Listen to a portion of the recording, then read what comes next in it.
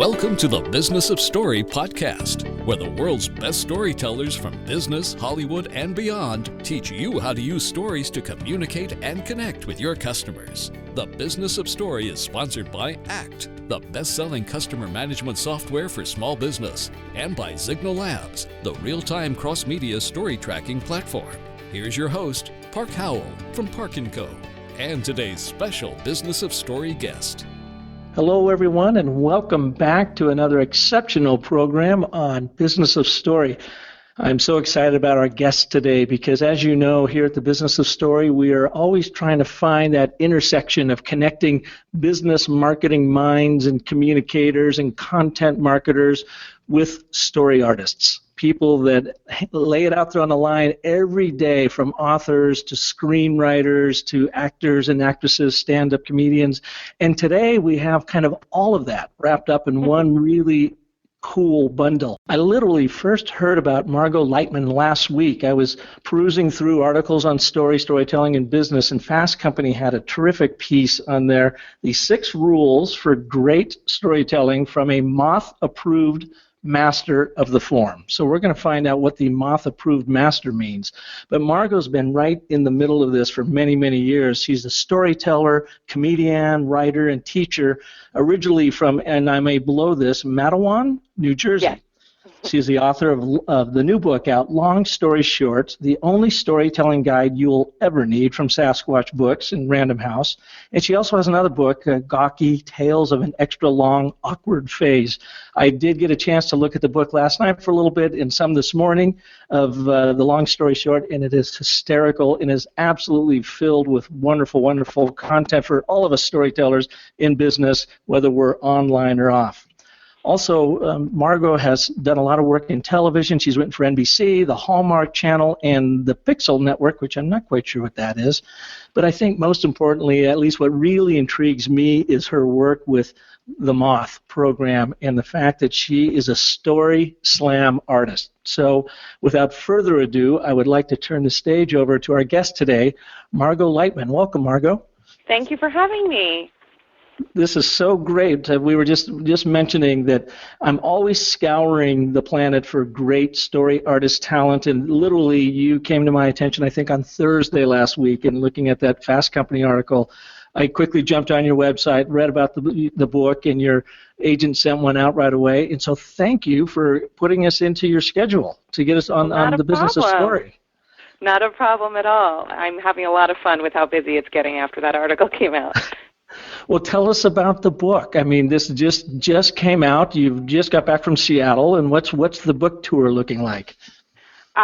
It's packed. The total of it was 8 cities, 14 appearances in 5 weeks, and that was the initial schedule, and I think it's gotten bigger than that. That was the last time I counted, and I thought if I count any more of this, I'm going to feel overwhelmed. So I just want to be excited about it instead. So it's going great. Yeah. Well, and what I loved about your book, what I was able to get through the last 12 hours basically, is your journey of going from aspiring actress to stand-up comedian to just kind of threw yourself into the world of storytelling and figured that you would figure out how to make a business out of it. Can you take us through your journey a little bit to how you found yourself in LA today? Yeah, I don't know that I initially thought I would make a business out of it. I just knew that I was loving it, and that's all I wanted to do. And then the business of it came very, very quickly. And it's funny because I always say I don't think of myself as a business person, but then when I look at it, I'm actually a pretty successful business person. But I didn't set out that way.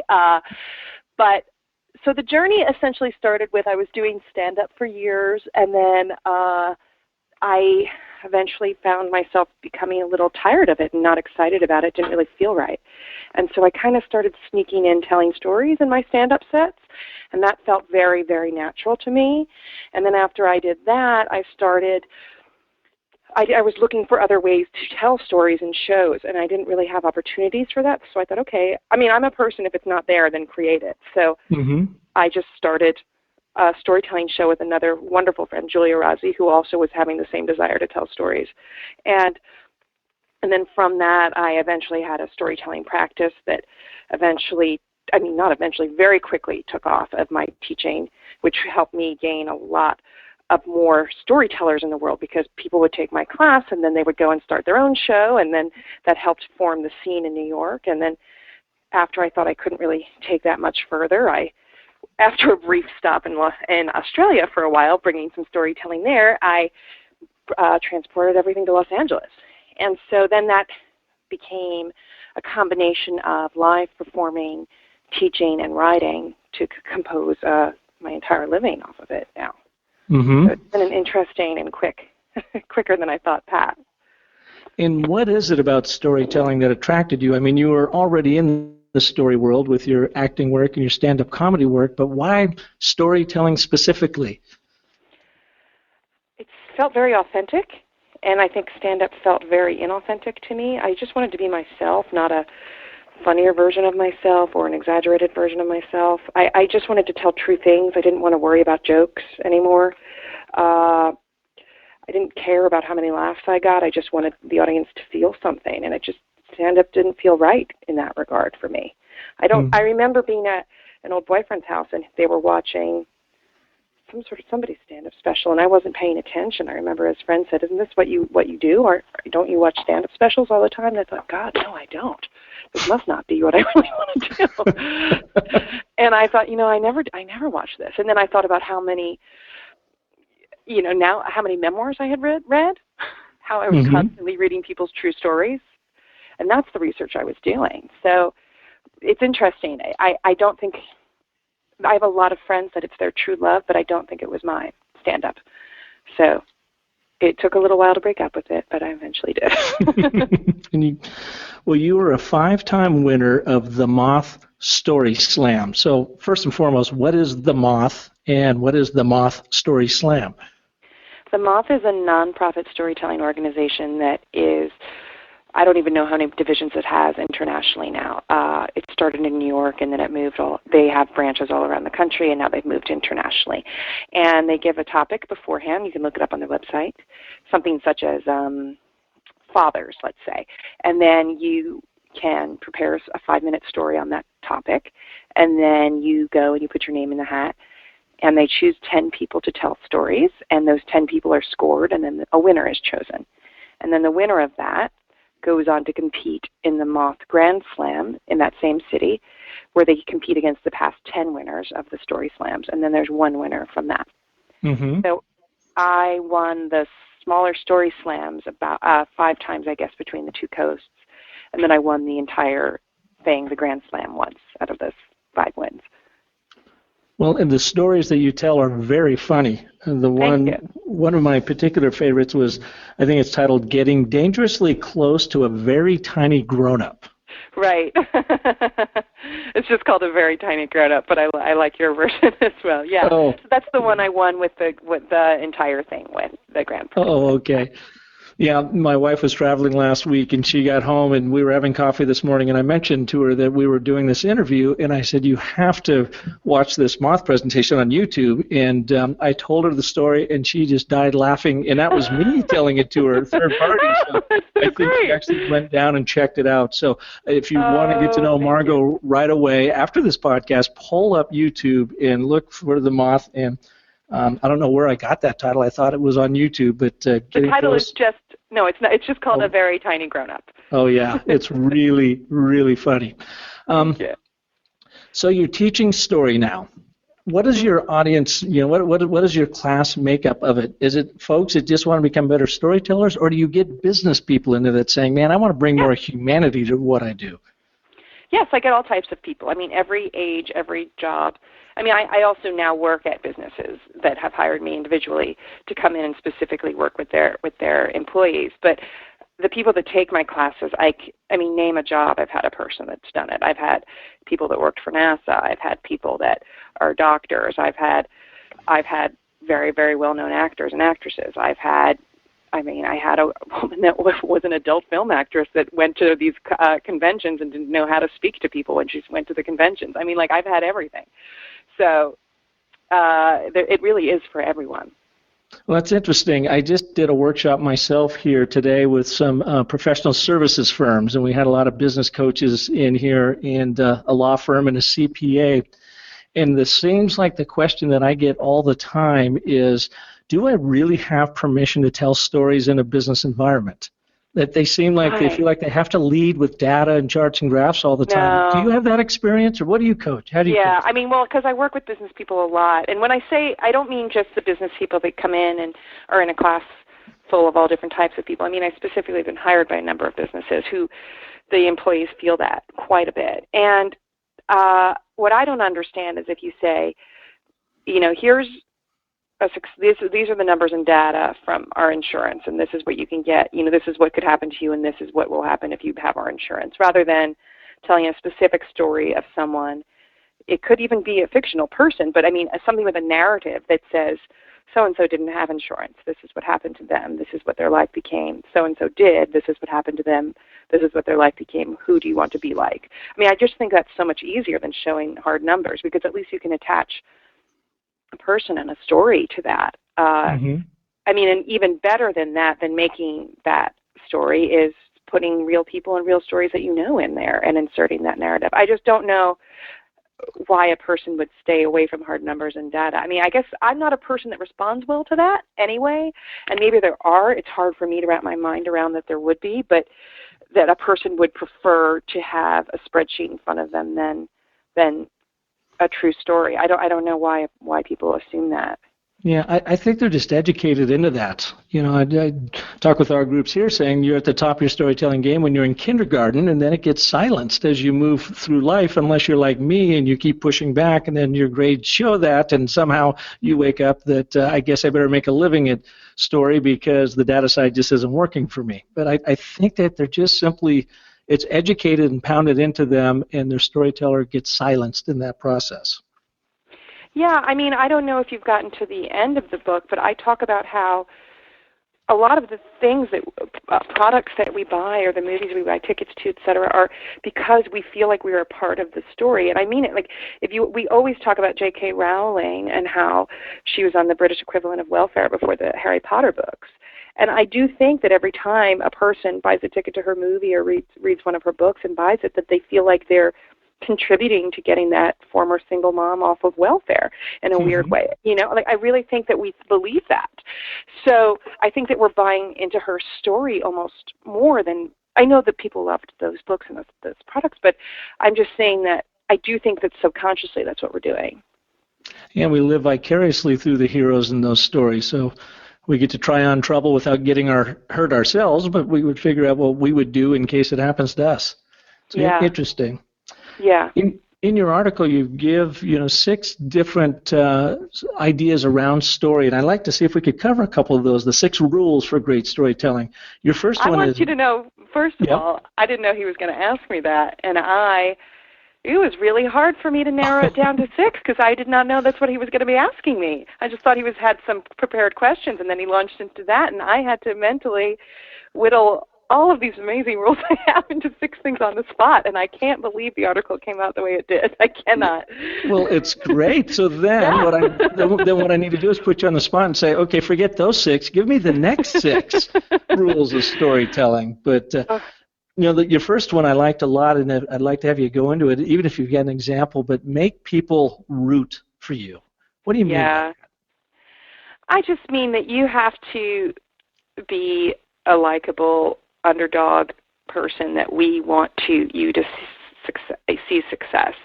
And if we don't root for you, it's really hard for us to be invested in your story. So, but I think that once we root for you, and it's really something you can do in the first sentence or 2 of your story, we'll be on board for the rest of the time that you talk. It's so essential, and you do it right at the top, because if we're not rooting for you, we're not going to listen to what you have to say. And anything that you like or you respond to well in terms of a story that you hear or a TV show that you watch, it's usually because you're rooting for somebody so badly. And maybe that character gets killed off or something like that. You might stop watching the show because now you're not rooting for anybody. Or that person shows bad intentions, that character changes, and you're no longer rooting for them. You'll probably stop watching. So I do think that it's vital for us to root for you because that's what keeps our interest in the story.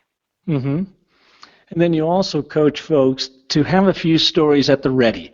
That if you're out in a business setting or something and you don't want to be that wallflower, how can we do that? Well, I mean, the thing that I ask at the beginning of every class is a really simple one, which is, tell me something odd, interesting, unique, strange, weird about you. And I say, don't tell me something so personal you should only tell a therapist, but also don't tell me something so bland that you're going to bore the whole room. And I say that second part because if I don't say that, then I think people are going to be like, my weird thing is that I love to eat. And it's like, that's not interesting, you know?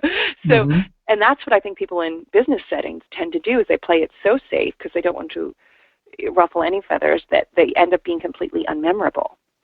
So I'm not saying that you need to talk about your divorce in that statement, but I'm just saying what makes you interesting, what's something that you are willing to put out there that's a little bit unique about you and have that story of that ready to go. Because even if it's a sentence, there's a story behind it. like, you know, I've lived in 3 continents. That's I haven't. I'm making that up. But, you know, there's a story behind that of how could, you know, what's the story behind it? It makes people want to ask more. And if they want to ask more and know more about you, I mean, don't you want to hire the person that you're interested in and think you could spend 40-plus hours a week with? I do. Well, what do you say to those folks that tell you, Margot, I don't have any interesting stories. I'm just a regular person. Everybody's just a regular person. To me, when a person walks into a classroom to me and says, oh, I took this class because everybody says I have the craziest stories, those people usually are the most boring people in the class. And the people that think they have nothing are fascinating, and they don't realize it because they're just numb to their own experiences. Everybody has interesting stories to tell. Everybody. No, and if you're just a normal person, that yes, so am I. I'm a married. If I really look at the surface, I'm a married woman in her 30s with a child. You know, I mean, that's not very interesting. But I really dig deeper than that, and I think about, you know, I give prompts in the book to help you unlock some stories in your memory that you may have forgotten about. But we're all interesting. I don't buy it for a second. And I think the less interesting you think you are, probably the more stories you have. It's those cocky people that end up being quite boring. I mean it. Yeah. I hear you. Listen, we need a break for a story from our wonderful sponsors, but when we get back, Margot, can you give us some ideas of where we can go and find stories? I know, you know, we've all lived some, but what can we actually do in our day-to-day life to go out and become sort of story-making machines in our own lives? So answer that question when we come back right after this. Did you know that on average, each of us sends around 10,000 emails each year? And what does each message include? Well, an email signature, right? Well, Angie's List realized the reach they had with their 270 employees and decided to use their email signatures to promote their flagship customer event called the Festival of Services. Angie's List dialed up Sigster to become mission control for its email signature campaign. In minutes, each employee had a Sigster-powered call to action in their email signature. In 6 months, the campaign had been viewed more than 2 million times, resulting in 4,500 visits to the registration portal, or 38% of all visits, which meant Sigster drove more engagement than any other tracked marketing activity. Now, if you want to ignite the most ubiquitous and overlooked promotional channel in your business from one simple platform, visit Sigster.com. That's Sigstr.com. And see how they will help you message, measure, and manage your email signature marketing. Hey, if it's good enough for Angie, it's good enough for me. Are you keeping track of sales leads in a spreadsheet? Or worse, Post-it notes all over your desk? Well, there's a better way, and it doesn't involve spending a fortune on complex CRM software. For over 25 years, ACT has been the #1 best-selling contact and customer management software. It's super affordable and easy to use. ACT helps individuals, small businesses, and sales teams organize prospect and customer details in one place. It helps market products and services more effectively, and most importantly, ACT drives sales. So try ACT free for 30 days by visiting actstory.com and sign up for a chance to win a pair of Bose Quiet Comfort 20i acoustic noise canceling headphones, a $299 value. Again, that's actstory.com. Your customers, employees, marketing campaigns, partners, and yes, your detractors. They are each telling a story about you right now. Where? On social media, in traditional print publications, in blog posts, on television, basically everywhere. And it's happening 24/7 in real time. Your mission? Track these stories and the sources that share them, smartly manage them, analyze them rapidly, and discern what you should do next, what you should do now. Well, no wonder you're tired. Signal Labs is a real-time cross-media story tracking platform that makes your life easier. Their solution enables customers to quickly spot trends, see relevant stories unfold, and most importantly, take action. So stay ahead of what the world thinks with Signal Labs. Learn more and sign up for a free demo at signallabs.com/story. Welcome back to the Business of Story and our wonderful guest today, Margot Leitman, the author of the brand new book, Long Story Short, the Only Storytelling Guide You Will Ever Need. And I can tell you, it's wonderful how you've put it together because you've written and you've given lots of great concepts, but it's also very visual. You had a lot of fun with the graphics in there. Can you tell us a little bit about the graphical approach to this book, or maybe the overall approach to the book? Well, first of all, I did not do the graphics. We can only be good at so many things, and that was a very talented artist, Joyce, and I'm forgetting her last name, from Sasquatch Books, that did it. And but my intention was, when I pitched the book, to have it like that. And to tell you the truth, I was offered, I had a few offers on the book, and one of the places wanted me to write it as a textbook. And very business-centric, and I had to turn that one down because it wasn't what I wanted to do. I thought that people would respond better to this method and be more excited by it, and it would be something that you could pick up off a shelf and flip through and say, okay, I'm going to get this. And hopefully, in the future, there'll be some accompanying workbooks and such to go with the book if it sells well enough. So I felt that would be a smarter move, so I had to turn down the people that didn't want to do it that way. But I did not do the art. The format's great, though. I really like it because you'll give an anecdote and share a tip, but then you have that art that backs it up. And I think it's a really, really brilliant way to put a book out about storytelling. Thank you. Yeah, well, art is a story as well. There's stories in everything. You had mentioned in the book I was reading through, I think it was towards the end of it in the business, anyways, it's about how do people get off their butts and get out in the world and create stories for themselves. And I thought that was really interesting because I think we so often just think about the stories that have happened to us and that's all we share. Yeah. We don't actually intentionally go out and raise some ruckus. No, and I'm not saying to manufacture stories, but I'm saying you have to lead a story-worthy life and saying yes to things and going places and trying new things throughout your life. I don't go out and go, okay, here I'm going to go get some stories now on my red-eye flight to Nebraska. I mean, I don't think that, but if I don't get on that plane, how is anything going to happen? So I just keep thinking, like, I didn't go out to the bar that I met my husband in with the intention of I'm going to go out tonight and meet my husband. I went out, but had I not gone to that bar in the first place, I wouldn't have met him. Do you see what I mean? So it's a matter of going out there, saying yes to things. Getting off your phones at all times. Not at all times, but the fact that you shouldn't be at all times drives me crazy. I find so much entertainment looking around, engaging with people, being the person that you can talk to. I just asking people questions. I was out the other night, and my friend's husband worked in the furniture business, and all I did was ask him for stories about his job because I found it fascinating. So I just think you can learn anything from people that aren't like you, and I think we're really predisposed to be scared of talking to people that aren't like us, and we're really scared of doing anything besides our rigid schedules, and we're really scared of saying yes. And I find that if you do the opposite, you invite a more story-worthy experiences to happen to you. One of the tips you give in the book, and I've got it in front of me right now, it's one of these great graphics. I like this idea. I had not thought about it before, but I was wondering if you could share some examples. And your tip is, find the reoccurring theme in your life, then look for the extremes. What do you mean by that? Yeah. Well, I mean, that's what my first book was.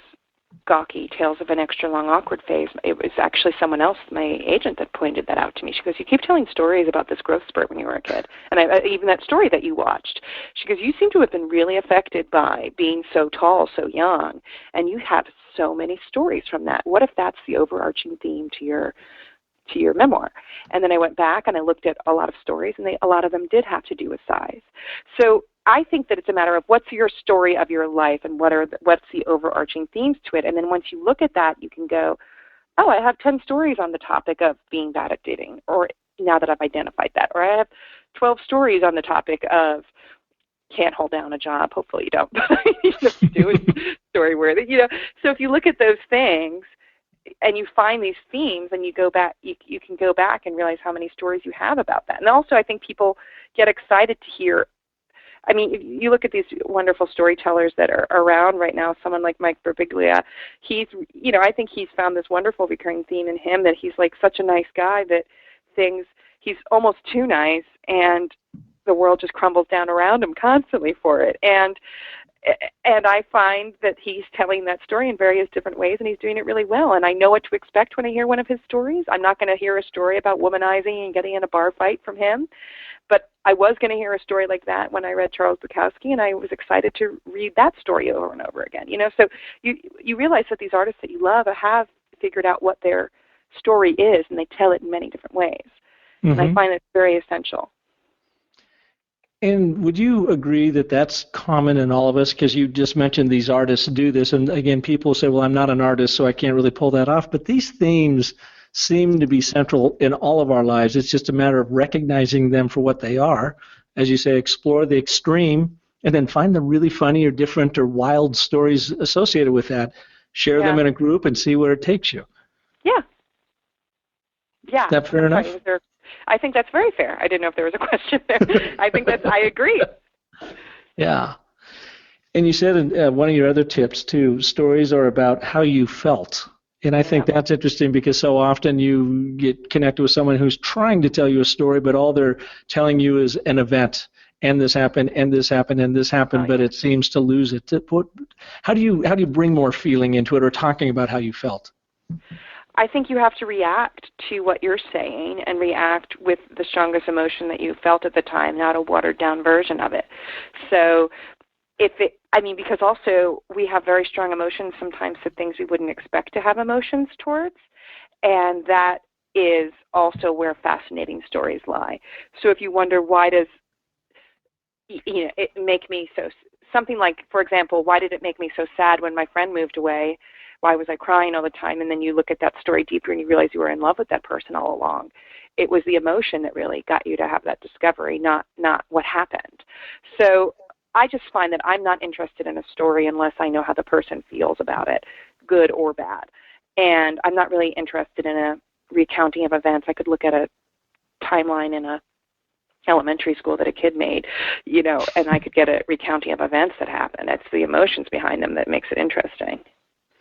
And in those emotions, since you were looking for those emotions in the person telling the story to you, it could be a stranger, it could be a good friend, is that where you start finding these universal themes that you talk about, that your story needs to have a universal theme to it?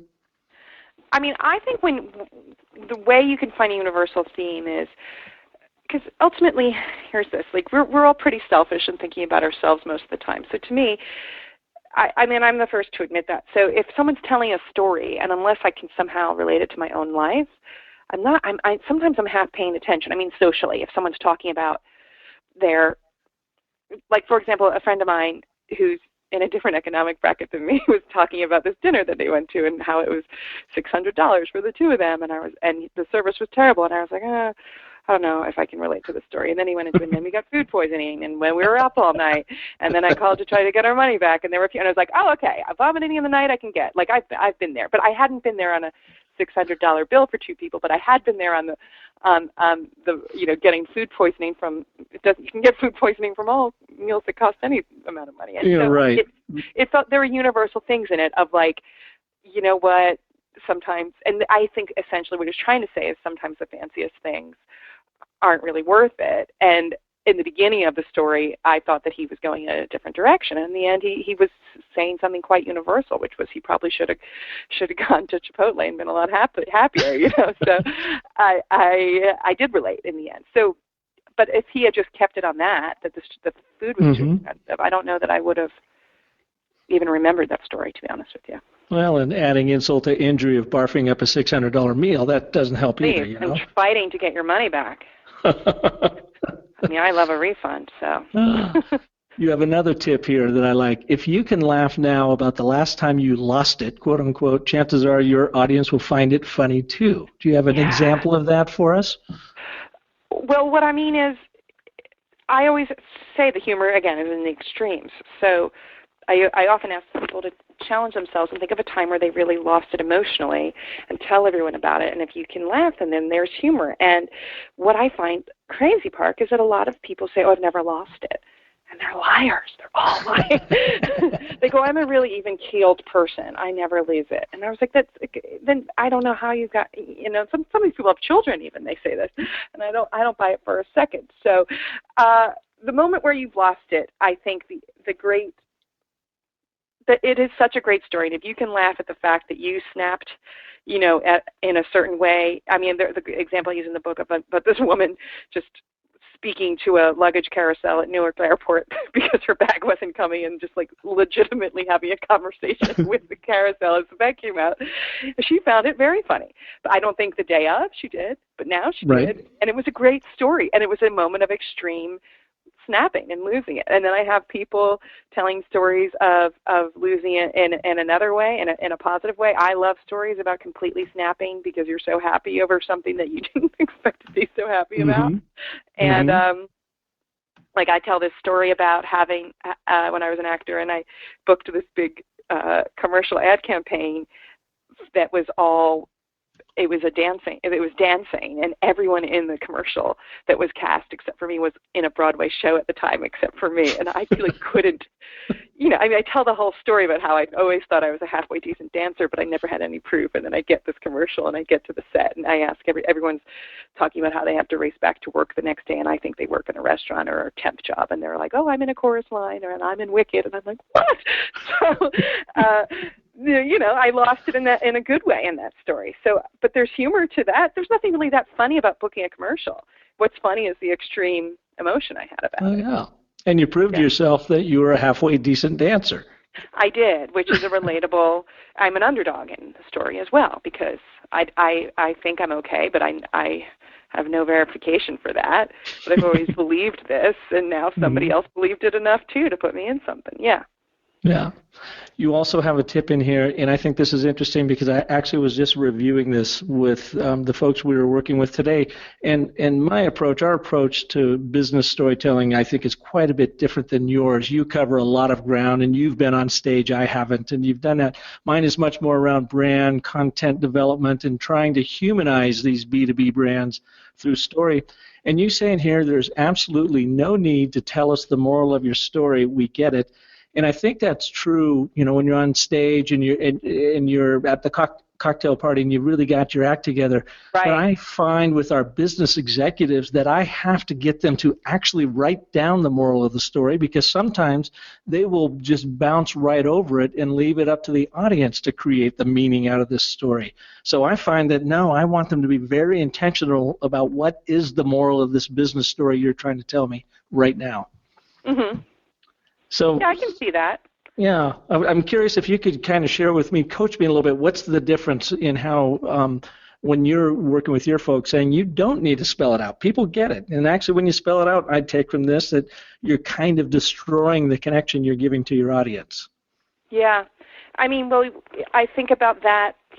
There's no other form usually. I mean, aside from children's books that spell out the moral of the story at the end of it. A movie doesn't tell you the moral of the story, and a song doesn't often tell you the moral of the song, and TV doesn't tell you that. So I'm not sure why when someone tells a live story that at the end they have a desire to go, did you get it?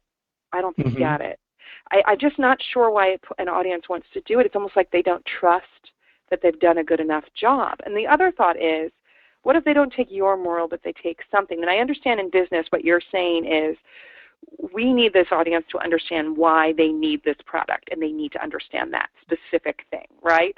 And if they don't understand that, then you have not done your job. And I understand that. And I'm not, as I joke, I'm not a business person, but I am talking from a creative standpoint. For me, on the flip side of that, for the stage, does it really matter if one audience member takes from this story, always believe in yourself, and the audience member next to you takes from the story, work hard and you'll reap rewards? Let's say those two audience members took two different things from your story. They've both taken something. They both were affected by it, and they both were moved, and they both will remember it, and they both enjoyed it. So you've done your job, and it's okay. I don't think that life is going to be much better or much worse if your every audience member doesn't get your very specific point. And we could talk about, movies and books that we've read that we both took a different message from, and we both enjoyed it. So that's what I think. But I do understand your point that if they don't understand the message behind what you are pitching in a business presentation, then perhaps that's not going the way you want it. I understand what you're saying completely. Yeah. Who do you think is doing, final question here, who do you think is doing a good job with their brand storytelling? Do you pay much attention to that side of it? Is yours more really about performance? Well, I'm going to be biased because I do workshops at a certain media company. Oh, okay. Besides them. Oh gosh. What media companies, or what specific commercials you mean have I seen? Or even just brands that you interact with or you watch that you think, they really have their story straight, and they seem to do a really nice job of sharing it with the world and getting people engaged in it. I mean, not to be cliche, but Apple does. It makes you feel like, you're ahead of the curve. They do a really good job of making you feel like it's accessible, but yet you are hip, and that you are, on trend, and that you are moving forward with the world with that product. And they're doing a fantastic job of that, I think. I also was watching a Folgers commercial the other day, and I thought these commercials are a little bit odd, all of them. All of these commercials, they have a weird, there's a little long pauses in them and silence, and the relationships in them seem so intimate. And I thought, and then I thought about all the other Folgers commercials I've seen in my life, and how there's a joke that people have cried at them. And I thought, this has been really consistent for a long time, and I guess it's working. Have I ever bought Folgers? No, but I know a Folgers ad when I see one, because it's usually two people in their pajamas that seem to have known each other for their entire lives, drinking coffee. That is what they do every time. And that's their theme, huh? Yeah. So I would say those things, they're telling a story. But trying to think of anyone else that I think, companies that I think are doing a really good job of it. I'm not sure. Yeah. Well, that's okay. I mean, it's interesting. For me, anyways, Patagonia I speak about a lot, because they really understand their origin story from the very beginning, and they have not swayed from it. They do a very nice job. Of course, Volkswagen's kind of blown up their story, so they've got quite a bit of story repair going on there. Absolutely. So how can people learn more about you? Where can they get your book, Long Story Short, the only storytelling guide you'll ever need? And what about taking one of your courses? How does that go about? Okay, so you can get, my website is margotleitman.com, www.margotleitman.com. And you can find information on everything there. On Twitter, I'm at Margot Leitman. My Facebook is Margot Leitman. Instagram is Margot Leitman as well. To find out, I'm on the road currently. My tour schedule is up on my site. I'll be on the road through Thanksgiving, promoting Long Story Short, the only storytelling guide you'll ever need. And you can purchase that available from Sasquatch Books. You can get it at any bookstore or online on Amazon, Barnes & Noble, or any independent bookseller. And in terms of taking a workshop, inquiries can be directed via my site. I am based out of Los Angeles. I travel all over the place to do workshops. That's part of the reason I was in Seattle this weekend. Like I said, I've gone as far as Australia to teach, so I am for hire. And you can find me on the site, and I can give you more info. Oh, very cool. Well, thank you so much for taking the time to be here on Business of Story. And I got to ask you, do you have the one go-to storytelling tip that we could all use immediately? Yeah. I would say lose the fear. Just tell it. Your life is going to go on if you tell something personal about yourself. It's not going to end, and it's certainly not going to change drastically for the better either. So I always say, if you get out there and you tell your story, if it goes great, your life will be pretty much the same. If it goes terribly, your life will be pretty much the same. You have nothing to lose. So you might as well just get up there and talk about it. And what do you have to gain?